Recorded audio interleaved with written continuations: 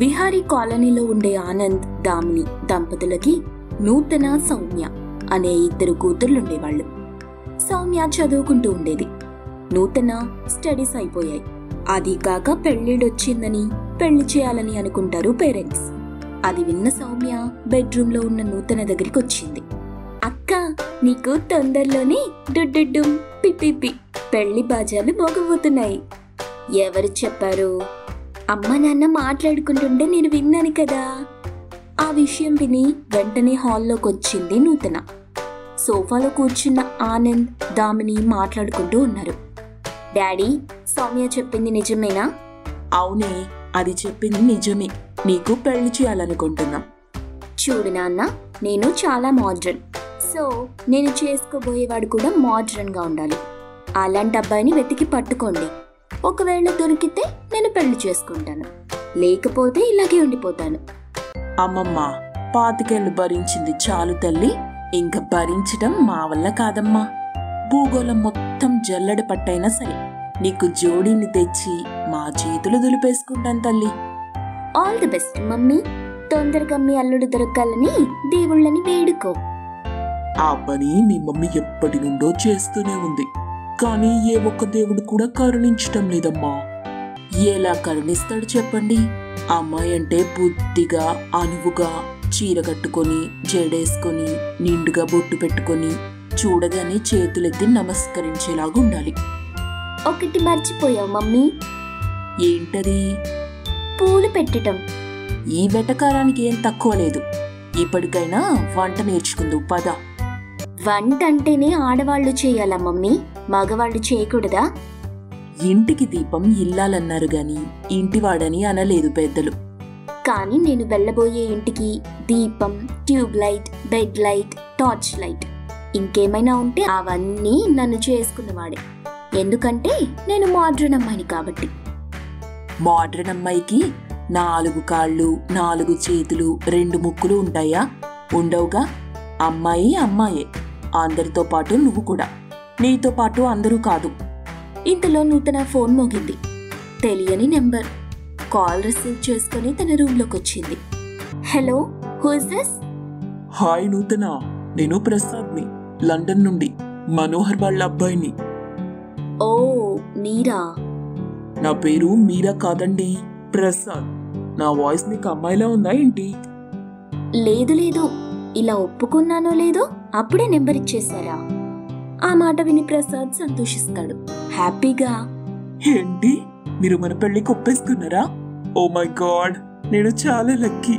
ఈ విషయం నాకు అంకుల్ చెప్పనే లేదు.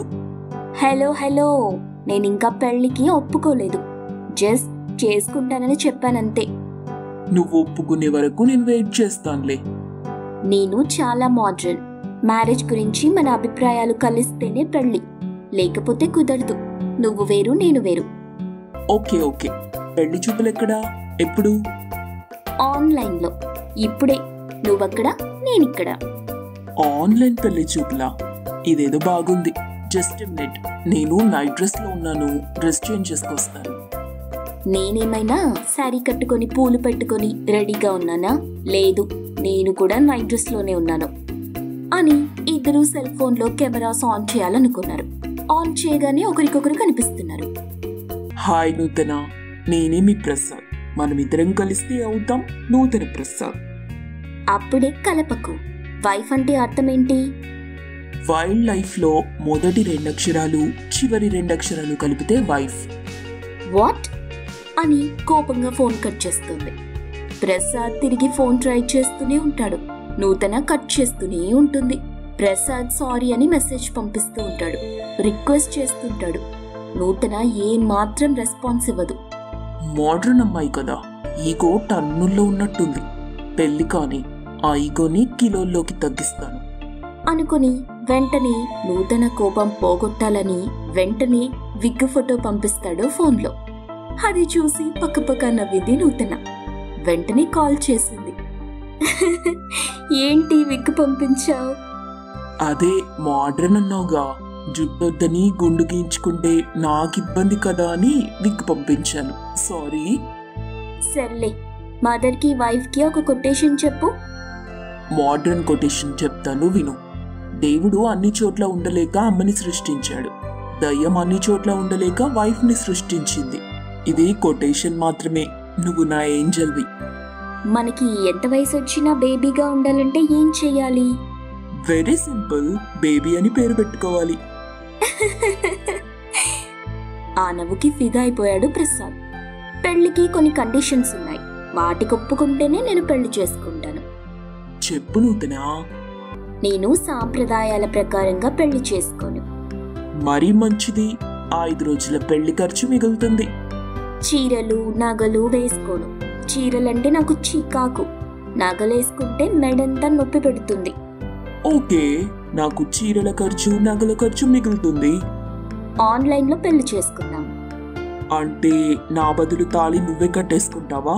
నేను వేసే 3 ముళ్ళు నువ్వే వేసుకుంటావా? లేదు, నేను ఇక్కడ నల్లపూసల దండ తీసుకొని బిల్ నీకు పంపిస్తాను.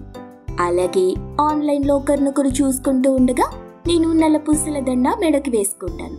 సరిపోతుంది. వావ్, రియల్లీ నువ్వు మోడ్రన్ పెళ్లి కూతురు అనిపించుకున్నావు. నువ్వు కూడా వీటికి ఒప్పుకొని మోడ్రన్ పెళ్లి కొడుకు అనిపించుకో ప్రసాద్. అనిపించుకోకపోయినా నువ్వు అనిపిస్తావు కదా నూతన. నీకు మీ అమ్మ కావాలా నేను కావాలా? చూడు నూతన, మనం ఎంత మోడ్రన్ గా బతకాల్సి వచ్చినా కొన్ని సత్యాలు సత్యాలే. అవి ఎప్పటికీ చెదరవు. అవాస్తవం కావు. అమ్మ మనసు జన్మనిస్తుంది. భార్య ఆ జన్మాంతం ప్రేమనిస్తుంది. అమ్మ లేకుండా మనకి జన్మ లేదు. భార్య లేకుండా జన్మకి అర్థం లేదు. అమ్మ భారం కాకూడదు. భార్య బానిస కాకూడదు. ఇది నేను చెప్పేది.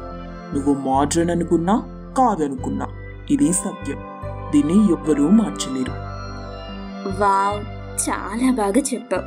మరొక విషయం, నాకు వంట రాదు. నాకొచ్చు. నాకు బట్టలు ఉతకటం కూడా రాదు. డోంట్ వరీ, వాషింగ్ మిషన్ ఉంది. నాకు ముగ్గులు వేయటం కూడా రాదు. నేను నేర్చుకుంటానులే. నేను పిల్లల్ని కనలేను. నేను కంటాను అని ఆ మాటకి పడి పడి నవ్వింది నూతన. ప్రసాద్ వెంటనే తేరుకుని, అయ్యో సారీ, అది నేనెలా చేయగలను? అదొక్కటి మాత్రం నువ్వే చెయ్యాలి. అలా సరదాగా ఇద్దరు మాట్లాడుకుంటూ ఉండగా రోజులు గడిచిపోతుంటాయి. ఒక రోజున ప్రసాద్ తల్లిదండ్రులు నూతన తల్లిదండ్రులు ఆన్లైన్లో పెళ్లికి ఒప్పుకుంటారు. మోడ్రన్ డ్రెస్లో ఉన్న కూతురు నూతనని తయారు చేస్తుంది తల్లి దామిని. చెల్లి సౌమ్య హెల్ప్ చేస్తూ ఉంది. ప్రసాద్ తల్లిదండ్రులు నూతన తల్లిదండ్రులు అందరూ కెమెరాల ముందు నిలబడతారు. అందరూ చూస్తుండగా ఆన్లైన్లో నూతన ప్రసాద్ల పెళ్లి జరుగుతుంది. అందరూ వాళ్ళని ఆశీర్వదిస్తారు. అపూర్వ కాలనీలో విహారీ సులోచన అనే మధ్యతరగతి దంపతులుండేవాళ్లు. వాళ్ళకి హాసిని రోహిణి అనే 2 కూతుర్లున్నారు. పేరుకే అక్క చెల్లెళ్ళు. అల్లరికి కేర్ ఆఫ్ అడ్రస్. ఇంట్లో ఉన్నంతసేపు పాపం సులోచనకు కంగారుగా ఉండేది. ఏ పని చేసినా కూతుర్లేం చేస్తున్నారు అని వాళ్ల రూమ్ దగ్గరికి వచ్చి చూస్తూ ఉండేది. ఇక విహారీ ఒక ట్రాన్స్పోర్ట్ ఆఫీస్లో అకౌంటెంట్గా వర్క్ చేస్తూ వచ్చే శాలరీతో కూతుర్లని చూసుకుంటూ అలా బతికేస్తున్నాడు. ఒక రోజున హాసిని డ్రెస్సింగ్ టేబుల్ ముందు కూర్చొని లిప్స్టిక్ వేసుకుంటూ, ఆహా ఎంత అందంగా ఉన్నానో, ఆకాశంలోని చందమామలాగా, భూమిపై నడిచే లేడి పిల్లలాగా, కొలనులో పూసే కలువలాగా.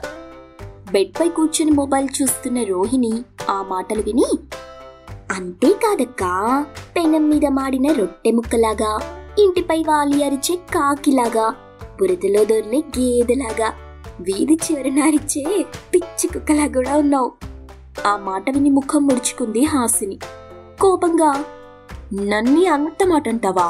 నువ్వు కుళ్ళిపోయిన మామిడి పండువే. నేను కుళ్ళిపోయిన మామిడి పండునైతే నువ్వు కుళ్ళిపోయిన మేడి పండువే. నువ్వు పామాయిల్ డబ్బావి.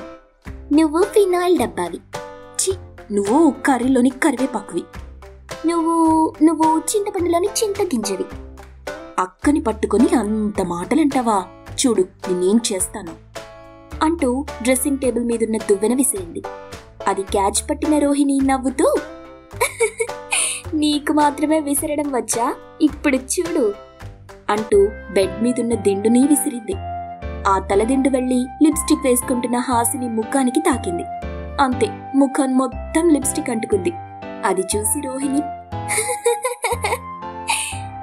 ఎక్కువ నవ్వితే నీ పళ్ళు పెట్టెడు పళ్ళని అందరికీ తెలిసిపోతుంది రోహిణి, అందుకే నవ్వేటప్పుడు చూసుకొని నవ్వు.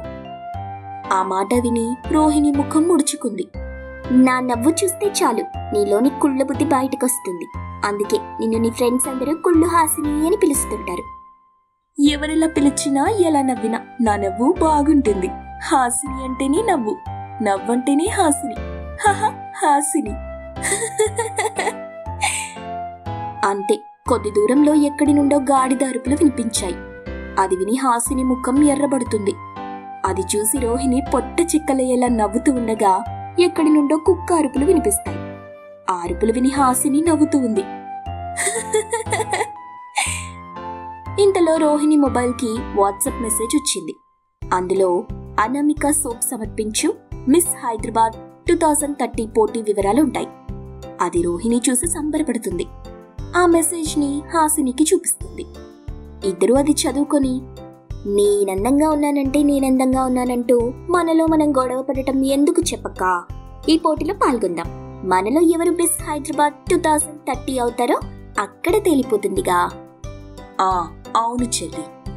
ఇక ఆ రోజు నుండి అక్క చెల్లెళ్ళు అందంగా ఉండడానికి రకరకాల చిట్కాలు పాటిస్తూ ఉంటారు. అందుకు కావలసిన ఆహారం తింటూ ఉంటారు. ఒక రోజున ఇద్దరు అక్క చెల్లెళ్ళు హై హీల్స్ వేసుకుని క్యాట్ వాక్ ప్రాక్టీస్ చేస్తూ ఉంటారు. హై హీల్స్ వేసుకుని నడవలేక కింద పడుతుంది రోహిణి. అది చూసి పక్కపక్క నవ్వింది హాసిని. ఇప్పుడు నన్ను చూడు చెల్లి అని చెప్పి హాసిని కూడా హై హీల్స్ వేసుకుని నడుస్తూ ఉంది. అలా 2-3 అడుగులు వేయగానే కాలు బెనికి కింద పడింది. అది చూసి పొట్ట చెక్కలయ్యేలా నవ్వింది రోహిణి. ఆ రోజు అనామిక సోప్ సమర్పణలో మిస్ హైదరాబాద్ 2030 పోటీ నిర్వహించడం జరుగుతుంది. హాసిని రోహిణి ఇద్దరు పాల్గొన్నారు. హై హీల్స్ వేసుకుని నడవడం కూడా చేశారు. ఫైనల్ గా రిజల్ట్ వచ్చే సమయం అక్క చెల్లెళ్ళకి టెన్షన్ మొదలైంది. అనామిక సోప్ సమర్పించు మిస్ హైదరాబాద్ 2030 అంటూ విన్నర్ గా రోహిణిని అనౌన్స్ చేస్తారు. కప్పు కూడా ఇస్తారు, కిరీటం పెడతారు. రోహిణి సంతోషిస్తుంది. కానీ హాసిని ఫీల్ అవుతూ ఉంటుంది. అది గమనించిన మిస్ హైదరాబాద్ 2030 విన్నర్ రోహిణి మాట్లాడుతూ, నేను ఈరోజు మిస్ హైదరాబాద్ 2030గా నిలిచానంటే అందుకు కారణం మా అక్క హాసిని. ఈ సందర్భంగా తనకి థ్యాంక్స్ చెప్తున్నాను. ఈ కిరీటం తనకి అంకితం చేస్తున్నాను. అక్క అక్క స్టేజ్ మీదకి రాక. ఆ మాట విని ఆనందం పట్టలేక హాసిని కన్నీళ్లు తుడుచుకుంటూ స్టేజ్ మీదకి వస్తుంది. అక్కడ ఇద్దరు అక్క చెల్లెళ్ళు ఫోటో వాళ్ళకి ఫోజులు ఇస్తూ ఉంటారు. అలా కొన్ని రోజులు గడిచిన తర్వాత ఒక రోజున పేపర్లో వచ్చిన ప్రకటన చూసింది Rohini. Cinema chance, hero heroine friend character చేయడానికి నూతన నటులు మరియు నటీమణులు కావాలను. కాంటాక్ట్ అనామిక సినీ స్టూడియో అని ఉంటుంది. అది చదివి సంబరపడిన రోహిణి వెంటనే అక్క దగ్గరికి వచ్చి ఆ పేపర్ చూపిస్తుంది. హాసిని అది చదివి సంతోషిస్తుంది. అక్క, రేపే ఆడిషన్స్ జరుగుతాయంట. అయితే మనం ఇప్పటి నుండే ప్రిపేర్ కావాలి. అలా ఆ రోజు గడిచిపోతుంది. మరుసటి రోజు అక్క చెల్లెళ్ళు అందంగా తయారై అనామిక సినీ స్టూడియో దగ్గరికి వెళ్లారు. గేట్ దగ్గరున్న సెక్యూరిటీ గార్డ్ కి చెప్పారు వాళ్ళు సినిమా ఆడిషన్స్ కోసం వచ్చామని. అతను ఎలా వెళ్లాలో రూట్ చెప్పాడు. అక్క చెల్లెళ్ళు అక్కడికి వెళ్లారు. అక్కడ 2-3 ఉంటారు. 10 నిమిషాల తర్వాత హాసిని రోహిణి ఆడిషన్స్ రూమ్ లోకి వెళ్తారు. అక్కడ lady director Shailaja, Anamika cine studio director Balu ఉంటారు. Hi madam. Hi sir. నమస్తే మేడం. నమస్తే సార్. హాయ్, మీరిద్దరు అక్క చెల్లెలా? అవును మేడం, నేను అక్కని, తను నా చెల్లి రోహిణి. మరి నీ పేరేంటి? హాసిని మేడం. నీకు నత్తుందా? లేదు మేడం, బొమ్మరిల్లు సినిమాలో జెనీలియా పేరు హాసిని కదా మేడం. అందులో తన పేరు చెప్పేటప్పుడు ఇలా నవ్వుతూ చెప్తుంది కదా, అదే నేనిప్పుడు చేశాను. ఎలా ఉంది మేడం నా యాక్టింగ్? కాపీ చేయడం కాకుండా సొంతంగా నీకేమైనా వచ్చా? టీ పెట్టడం వచ్చు మేడం, అప్పుడప్పుడు ఉప్మా కూడా చేస్తాను. ఆ మాటలు విని బాలు, రోహిణి నవ్వుతారు. అది చూసి, పంచిలా నాకసలే పిచ్చి డైరెక్టర్ అని సినీ ఇండస్ట్రీ మొత్తం బిరుదు కూడా ఇచ్చేసింది. పంచులు ప్రాసలు వాడితే ఏం చేస్తానో నాకే తెలీదు. మీరేం చేసినా నేను మాత్రం 108కి కాల్ చేస్తాను మేడం. ఆ మాట విని కూల్ అవుతుంది శైలజ. ఏం చదువుకున్నావు? బిఏ చదువుకున్నాను మేడం. చదివిందే 2 అక్షరాలు, అవి కూడా రివర్స్ లో చెప్తున్నావు అని నవ్వింది డైరెక్టర్ శైలజ. ఏమాత్రం నవ్వకుండా అలాగే చూస్తూ ఉండిపోతారు రోహిణి హాసిని. కాసేపటికి నవ్వు ఆపేసి, ఏ అక్క చెల్లెలు, జోక్ వేస్తే నవ్వు రావటం లేదా మీకు? మీకు సెన్స్ ఆఫ్ హ్యూమర్ లేనట్టుంది. అయ్యో మేడం, మీరు యాక్షన్ చెప్పలేదు కదా, అందుకే నవ్వలేకపోయాం మేడం. సారీ. ఇప్పుడు యాక్షన్ అని చెప్పండి, నవ్వుతూనే ఉంటాం. ఈ కితకితలే వద్దంటుంది. హాసిని, నీ దగ్గర ఇప్పుడు ఒకే ఒక్క పర్స్ ఉంది. అవును మేడం, ఒకటే ఉంది. ఇది మాత్రం నేనివ్వను. మీకు కావాలంటే కొనిస్తాను. మీరు డబ్బులు జీపే చేయండి. అలాగే చేస్తానమ్మా, కానీ ఇక్కడ నువ్వు యాక్టింగ్ చేస్తావా వెళ్ళిపోతావా? అయ్యో సారీ మేడం, యాక్టింగ్ చేస్తానులేండి. ఇప్పుడు నీ దగ్గర ఒకే ఒక్క పర్స్ ఉంది, అందులోనే డబ్బులు, సెల్ ఫోన్ ఉన్నాయి. అది డ్రైనేజీలో పడింది. అప్పుడు నువ్వేం చేస్తావు? ఇంటికెలా వెళ్తావు? ఏముంది, మా చెల్లి దగ్గర డబ్బులు తీసుకుని బస్సులో వెళ్తాను. వండర్ఫుల్ జోక్ హాసిని అంటూ బాలు మరో మాట మాట్లాడకుండా అక్కడి నుండి వెళ్ళిపోతుంటే, సార్ ఎక్కడికి వెళ్తున్నారు? ఇంకొక అమ్మాయి ఉందండి. మీరు కంటిన్యూ చేయండి మేడం, నేను మధ్యలో జాయిన్ అవుతాను అని అక్కడి నుండి వెళ్ళిపోయాడు. రోహిణి, అదే సిచ్యువేషన్ లో నువ్వుంటే ఏం చేస్తావు? నేను కూడా మా అక్క దగ్గర డబ్బులు అడుక్కొని ఆటోలో వెళ్తాను మేడం. ఆ మాట విని నవ్వాలో ఏడవాలో శైలజకి అర్థం కాలేదు. అయోమయంగా వాళ్ళని చూస్తూ ఉంది. శైలజ ఎందుకు తమను అలా చూస్తుందో అక్క చెల్లెళ్ళకి అర్థం కాలేదు. ఒకరి ముఖం ఒకరు చూసుకుంటారు. మేడం, ఈ సినిమాలో హీరోయిన్ గా నేను సెలెక్ట్ అయినట్టే కదా? నువ్వు హీరోయిన్ ఫ్రెండ్ క్యారెక్టర్ కి సెలెక్ట్ అయ్యావక్క. మేడం నన్ను హీరోయిన్ గా సెలెక్ట్ చేసింది కదా మేడం? హీరోయినా నువ్వా? ఒకసారి వెళ్ళి అద్దంలో చూసుకో. నేను కూడా అది అంటున్నాను సిస్టర్, నువ్వేంటి హీరోయిన్ ఏంటి అని. ఒకవేళ నిన్ను హీరోయిన్ గా సెలెక్ట్ చేశారంటే వాళ్ళు బుర్రలేని వాళ్ళైనా కావాలి, లేకపోతే కళ్ళుండి చూడలేని గుడ్డి వాళ్ళైనా అయ్యుండాలి.